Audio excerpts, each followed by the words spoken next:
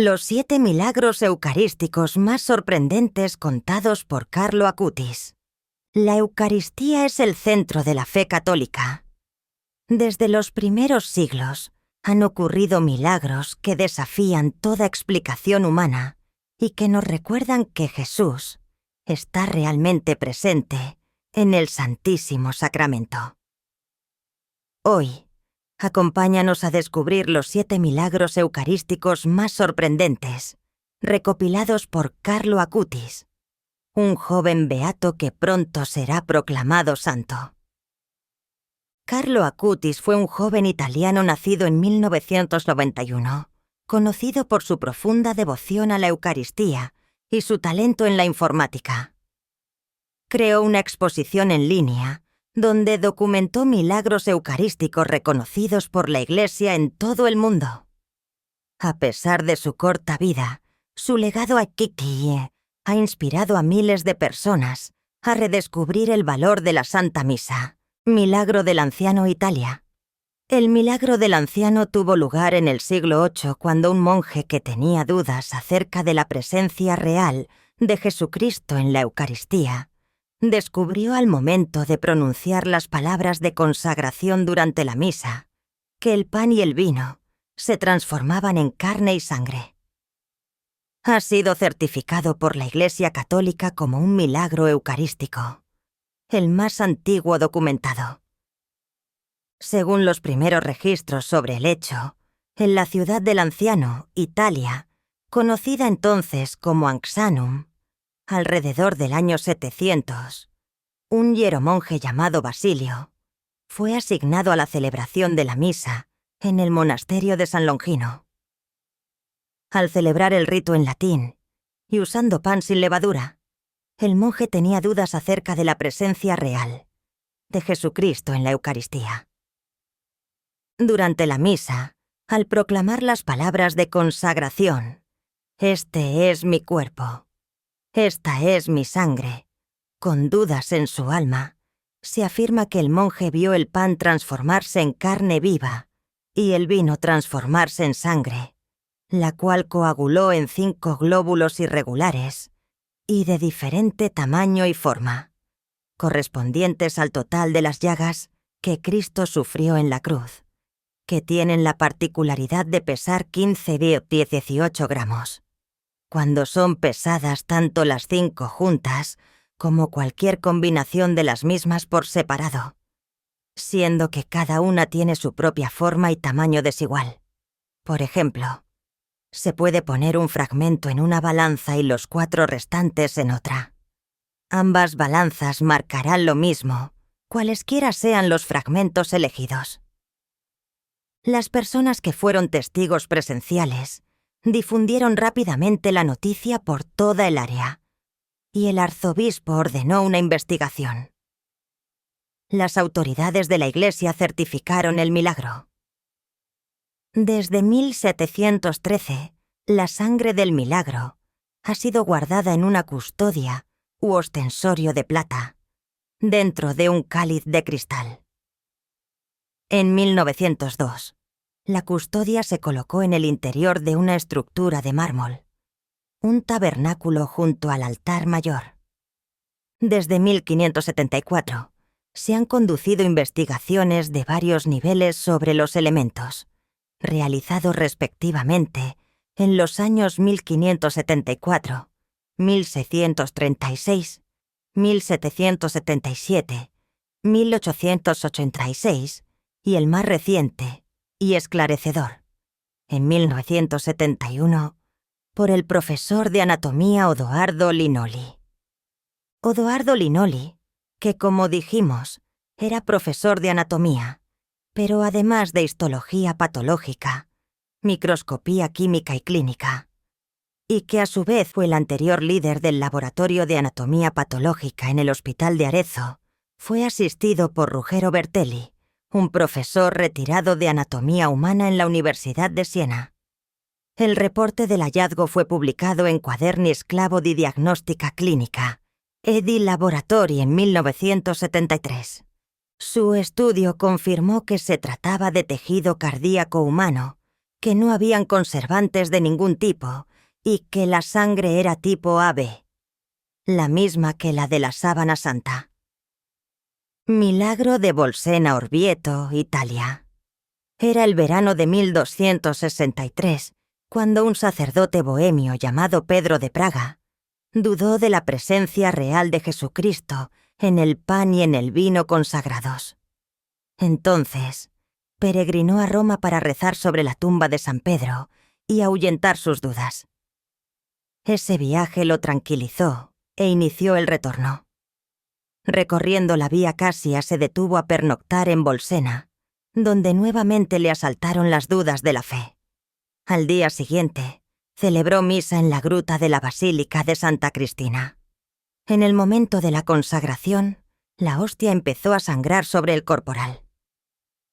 Asustado y confuso, el sacerdote, intentando esconder el hecho, dio fin a la celebración. Envolvió la hostia en el corporal de lino y se retiró a la sacristía. Durante el trayecto, algunas gotas de sangre cayeron sobre el mármol del suelo y sobre los escalones del altar. Pedro de Praga se dirigió inmediatamente al Papa Urbano IV, que estaba en Orvieto, para narrarle lo sucedido. Entonces, el pontífice envió a Bolsena al obispo de Orvieto para que verificara la autenticidad del relato y recuperar las reliquias. Urbano IV lo declaró como un hecho sobrenatural y, para recordarlo, el 11 de agosto de 1264 hizo extensiva a toda la Iglesia la festividad denominada Corpus Christi. La Iglesia Católica reconoció oficialmente este milagro eucarístico, cuyas reliquias se conservan en la que hoy es la Catedral de Orvieto y en la Basílica de Santa Cristina de Bolsena. En la capilla del Corporal, en Orvieto, se custodian la hostia, el corporali y el paño purificatorio, los cuales, en 1363, fueron colocados en el relicario de Ugolino di Vieri, donde aún continúan. El relicario fue colocado, en 1363, en el tabernáculo de mármol de la misma capilla. El altar donde habría ocurrido el prodigio fue acondicionado en la primera mitad del siglo XVI. En el vestíbulo de la basílica, hipogea de Santa Cristina de Bolsena, se conservan las 4 losas de mármol manchadas de sangre, las cuales desde 1704 están en el interior de la Capilla Nueva del Milagro de Bolsena. Una quinta losa fue donada en 1575 a la parroquia de Porciano del Monte. El acontecimiento fue inmortalizado por Rafael Sanzio en 1512 en el fresco La Misa de Bolsena y recordado en una inscripción epigráfica en el lugar del milagro. Milagro de Santarém, Portugal.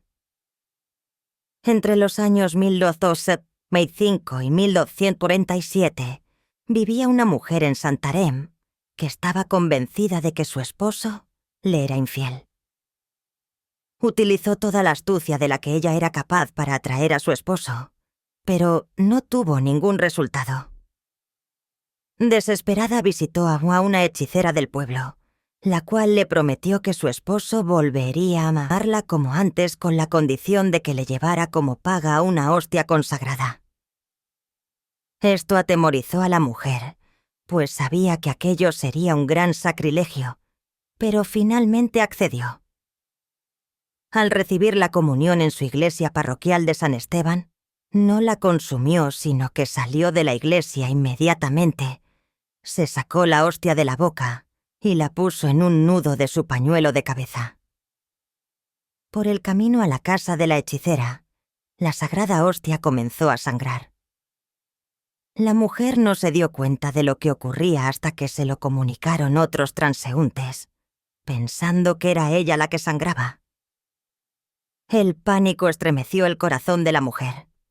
Se fue a su casa y puso la hostia, envuelta aún en el pañuelo, en el fondo de un baúl de cedro, donde guardaba sus pertenencias en su habitación. Allí se quedó, con gran temor, todo el día hasta que anocheció. Cuando su esposo llegó a la casa tarde esa noche, se fueron a dormir, aunque lo más seguro es que ella no haya descansado mucho. La culpa de su pecado la atormentaba, y también la duda de saber si la hostia continuaba sangrando. En la plena oscuridad de aquella habitación, aconteció otro gran milagro. Salieron del baúl brillantes rayos, haciendo que la pareja se despertase. La mujer no pudo más y confesó el gran pecado a su esposo. Los dos se pasaron el resto de la noche arrodillados en adoración y reparación ante la hostia milagrosa. Al día siguiente, los dos esposos informaron al párroco, quien fue inmediatamente a la casa para recuperar la hostia y llevarla a la iglesia de San Esteban en medio de una procesión solemne, acompañado de muchos religiosos y laicos. La hostia sangró por 3 días consecutivos. Luego, fue colocada, aún sangrando, en un rico relicario de cera de abejas. La sagrada hostia permaneció muchos años allí en el relicario de cera, pero en 1340, el párroco abrió la puerta del tabernáculo y encontró el recipiente roto en pedazos. En su lugar había un envase de cristal con forma de ampolla que contenía la sangre de la hostia, mezclada con la cera. Esta se puede aún contemplar junto al relicario mayor, que es del 1782. En la actualidad, la sagrada hostia se mantiene en un trono eucarístico del siglo XVIII, sobre el altar mayor. La iglesia de San Esteban es también conocida como el Santuario del Santo Milagro. A través de los siglos, la hostia ha emitido nuevamente sangre, y en ella se han visto aparecer varias imágenes de nuestro Señor Jesucristo. Entre los testigos está San Francisco Javier, el apóstol de las Indias, quien visitó el santuario antes de irse en misión, y un arzobispo de Lisboa, quien llegó hasta romper el cuello de la ampolla de cristal en su afán de detener el flujo de sangre. Desde que ocurrió el primer milagro hasta la actualidad, todos los años, en el segundo domingo de abril, el milagro eucarístico sale en procesión desde la casa de los esposos donde ocurrió el milagro, en la vía del Estuoye, hasta la iglesia del Milagro. La casa ha sido capilla desde 1684.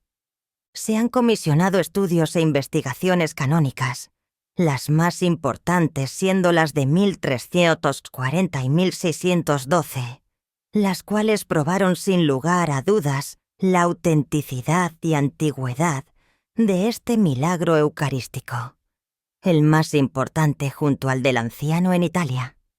Milagro de Buenos Aires, Argentina.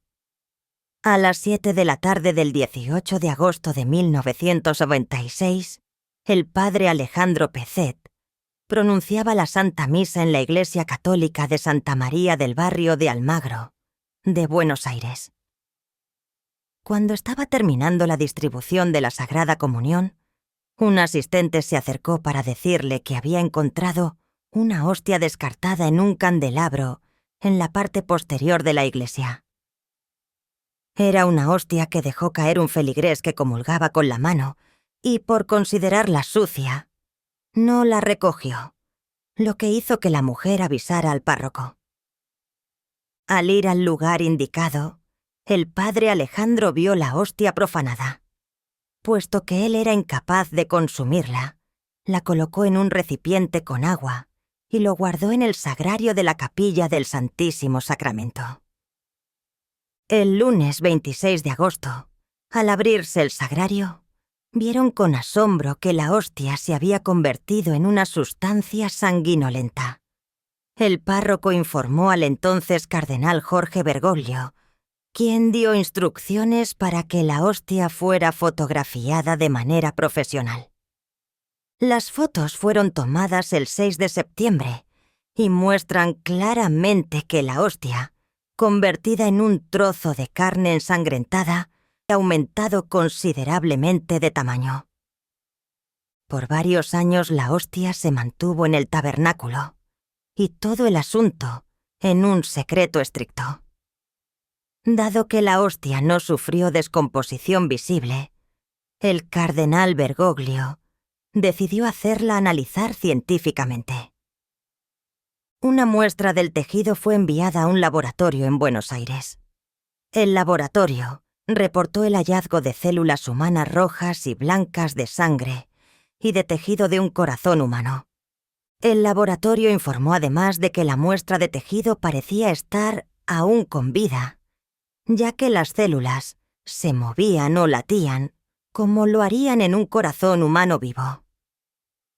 3 años más tarde, en 1999, el doctor Ricardo Castañón Gómez fue contactado para realizar algunas pruebas adicionales.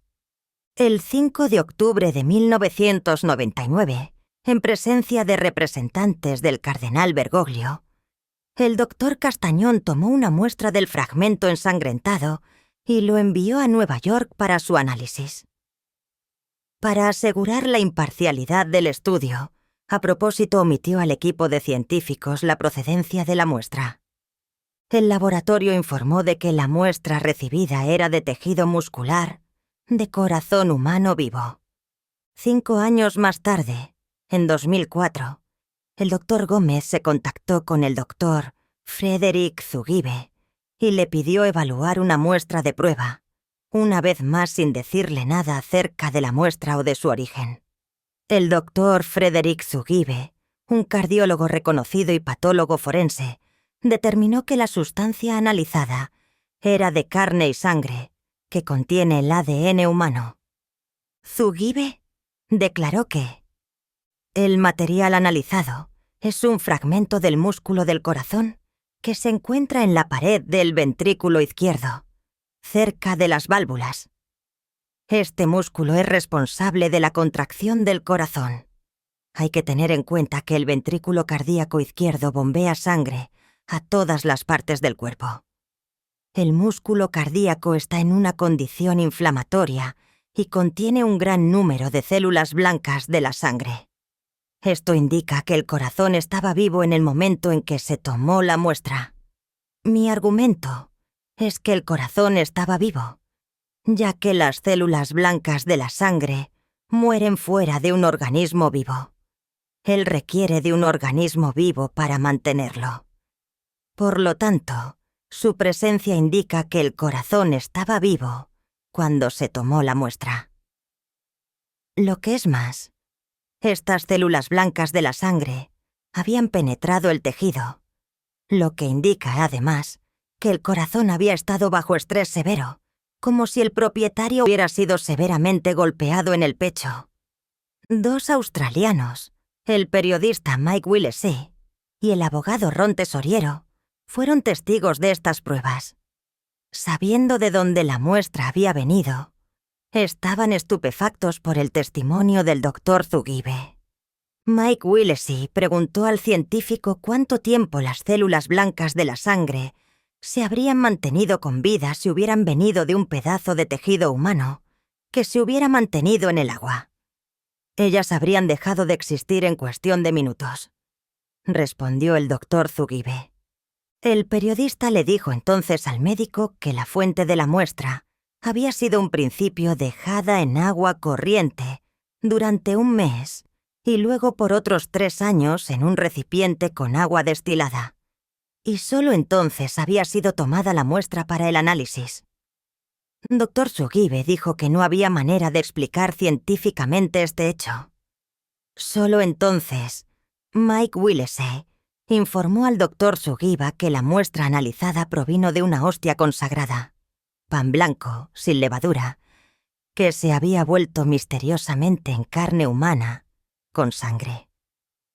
Sorprendido por esta información, el Dr. Zugibe respondió: ¿cómo y por qué una hostia consagrada puede cambiar su carácter y convertirse en carne viva y sangre humana? Seguirá siendo un misterio inexplicable para la ciencia. Un misterio totalmente fuera de mi competencia. El milagro de Sokolka, Polonia. Aunque este milagro eucarístico no fue directamente recogido por el beato Carlo, sí se conserva en la página web que ha quedado como memoria de su santa labor. El 12 de octubre de 2008, en la iglesia dedicada a San Antonio de Sokolka, la Santa Misa de las 8:30 la celebró un joven vicario de nombre Philip. Durante la comunión, a uno de los sacerdotes se le cayó la hostia. El sacerdote ni siquiera se dio cuenta. Se lo dijo una mujer que estaba arrodillada cuando iba a recibir la Eucaristía. El sacerdote se quedó paralizado del susto y pensando que se había ensuciado la metió en el basculum, un pequeño recipiente plateado que contiene el agua que utilizan los sacerdotes para lavarse los dedos después de haber dado la comunión.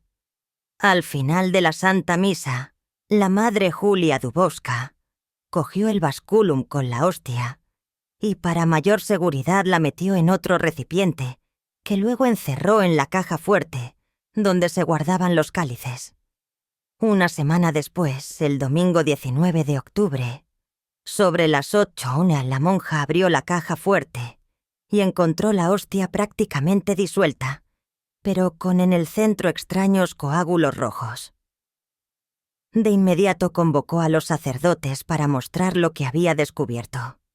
La hostia se había prácticamente disuelto. Solo había quedado un trocito del pan consagrado íntimamente interconectado con la sustancia que apareció en la superficie. O lo que es lo mismo, parte de la hostia estaba unida a ese extraño coágulo rojo. Entonces el párroco de Sokolka se puso en contacto con la curia metropolitana de Białystok. El arzobispo, Eduardo Zorowski, junto con el canciller de la curia, los sacerdotes y los doctores, examinaron la hostia y, desconcertados, decidieron esperar a que se desarrollaran los acontecimientos y observar qué habría ocurrido a continuación. El 29 de octubre, el recipiente que contenía la hostia se llevó a la capilla parroquial y se encerró en el sagrario. Al día siguiente, a petición del arzobispo, el reverendo padre Knikchieko, con una cucharilla, eliminó delicadamente la hostia parcialmente disuelta, con la sustancia de color sangre en el interior, y la depositó sobre un corporal totalmente blanco, con una cruz roja bordada en el centro.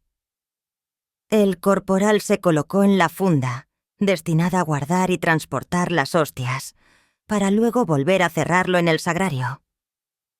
Con el paso del tiempo, la hostia Q se fundió con el corporal y el coágulo rojo se secó. Solo entonces se interrogó a 2 científicas de fama mundial y especialistas en anatomía patológica de la Universidad de Medicina de Białystok. En la muestra se han hallado numerosos indicadores biomorfológicos típicos del tejido muscular cardíaco, como, por ejemplo, el fenómeno de la segmentación, es decir, daños a las fibras del tejido del músculo cardíaco en el tramo en el que se encuentran las uniones comunicantes, estructuras características del músculo cardíaco, y el fenómeno de la fragmentación. Esos daños son visibles bajo forma de numerosas y minúsculas lesiones. Estas alteraciones se pueden observar solo en fibras no necróticas, es decir, vivas, y muestran signos de espasmos rápidos de músculo cardíaco típicos de la fase extrema anterior a la muerte. Ellos han dejado la siguiente declaración común. La muestra enviada para su examen parece tejido del miocardio. Según nuestra opinión de todos los tejidos de los organismos vivos, es el que más se le parece. La comisión ha constatado que la hostia analizada es la misma que se ha desplazado de la sacristía al sagrario de la capilla de la casa parroquial. No se ha detectado la intervención de terceros. Si te está gustando este vídeo, tómate un momento para suscribirte y regalarnos un me gusta. para que podamos seguir difundiendo la fe y los milagros de Jesús. El milagro de Tixla, México. Aunque este milagro eucarístico no fue directamente recogido por el beato Carlo, ya que ocurrió poco después de su fallecimiento en 2006, sí se conserva en la página web que ha quedado como memoria de su santa labor. El 21 de octubre de 2006 se observó que de una hostia consagrada fluía una sustancia rojiza. El obispo local, Monseñor Alejo Zavala Castro, convocó una comisión teológica de investigación y en el mes de octubre de 2009 invitó al doctor Ricardo Castañón Gómez a que se hiciera cargo de la dirección del programa de investigación, cuya finalidad era precisamente aclarar dicho acontecimiento. Las autoridades eclesiásticas mexicanas acudieron al doctor Castañón Gómez porque estaban al corriente de que en los años 1999-2006 el científico había realizado estudios sobre 2 hostias consagradas que también habían sangrado en la parroquia de Santa María de Buenos Aires. Milagro del que hablamos anteriormente. El caso mexicano comenzó en el mes de octubre de 2006, cuando el padre Leopoldo Roque, párroco de la parroquia de San Martín de Tours, invitó al padre Raimundo Reina Esteban a dirigir un retiro espiritual para sus parroquianos. Mientras el padre Leopoldo y otros sacerdotes estaban dando la comunión, con la ayuda de una religiosa que se encontraba a la izquierda del padre Raimundo, ésta se dirigió hacia él con la píxide, que contenía las partículas sagradas, mirando al padre con los ojos llenos de lágrimas, un acontecimiento que enseguida llamó la atención del celebrante. La hostia que había cogido para dar la comunión a una parroquiana había empezado a desprender una sustancia rojiza. Las investigaciones científicas realizadas entre el mes de octubre de 2009 y el mismo mes de 2012 llegaron a las siguientes conclusiones que se presentaron el día 25 de mayo de 2013 durante un Simposio Internacional de la Diócesis de Chilpancingo, con ocasión del Año de la Fe, y que ha contado con la participación de miles de personas procedentes de 4 continentes. La sustancia rojiza analizada corresponde a sangre, en la que hay hemoglobina y ADN de origen humano. 2 estudios realizados por eminentes expertos forenses, con metodologías distintas, han demostrado que la sustancia procede del interior, excluyendo la hipótesis de que alguien pueda haberla colocado desde el exterior. 3. El tipo de sangre es AB, similar al hallado en la hostia del anciano y en la sábana santa de Turín. Un análisis microscópico de amplificación y penetración desvela que la parte superior de la sangre está coagulada desde el mes de octubre de 2006. Sin embargo, las capas subyacentes internas revelan, en el mes de febrero de 2010, la presencia de sangre fresca. 5. También se han hallado glóbulos blancos intactos, glóbulos rojos, macrófagos en acción, que fagocitan lípidos. El tejido en cuestión resulta desgarrado y con mecanismos de recuperación, exactamente como ocurre en un tejido vivo. 6. Un análisis histopatológico posterior determina la presencia de estructuras proteicas en estado de deterioro, sugiriendo células mesenquimáticas, células muy especiales, caracterizadas por un elevado dinamismo biofisiológico. 7. Los estudios de inmunohistoquímica desvelan que el tejido hallado corresponde al músculo del corazón, miocardio. El milagro de Bois-Señor Isaac, Bélgica. A partir de un día martes, precedente a la fiesta de Pentecostés del año 1405, Jesús se apareció por 3 noches consecutivas a Jean de Huldenberg, mostrando su cuerpo cubierto de llagas. Solo en la tercera aparición el Señor le dijo: Ándate a la capilla de Isaac. Allá me encontrarás. Al mismo tiempo, el párroco, Pierre Host, escuchó una voz que le ordenaba celebrar la misa de la Santa Cruz en la capilla de Isaac. Al día siguiente, el párroco convocó a todos los fieles a la misa en dicha capilla. Entre ellos, estaba presente Jean de Huldenberg. En medio de la celebración, el sacerdote abrió el corporal y notó que había quedado un pedazo de la hostia magna consagrada en la misa del martes. Entonces, trató de consumarla. Pero no solo no se desprendía de la tela, sino que comenzó a sangrar. El sacerdote palideció, pero Jean, dándose cuenta de todo, lo confortó diciéndole: «No tengáis miedo. Esta maravilla viene de Dios». Y luego le narró las visiones que había tenido. Durante 4 días, hasta el martes de Pentecostés, la sangre continuó derramándose hasta llegar a un espesor de 1 dedo por 3 de ancho. Luego, habiendo teñido casi todo el corporal, poco a poco se coaguló hasta secarse. El milagro fue visto y testimoniado por muchísimas personas. El obispo de Cambrai, Pierre Dailly, siendo informado de lo sucedido, quiso examinar personalmente el corporal teñido de sangre. Por casi 2 años, permaneció custodiado en su misma casa. En tanto, fue inútil toda tentativa de quitar la mancha de sangre. Ante este fenómeno, el obispo abrió una investigación en la cual fueron recogidos los testimonios de los prodigios obrados por esta misma preciosa sangre. El 16 de junio de 1410, el obispo Pierre Dailly otorgó 40 días de indulgencia a aquellos que hubiesen visitado la capilla de Bois Señor Isaac. Y el 3 de mayo de 1413 declaró que el corporal podía ser venerado como reliquia sagrada e instituyó una procesión solemne en honor al prodigio, con la exposición pública del Santísimo Sacramento.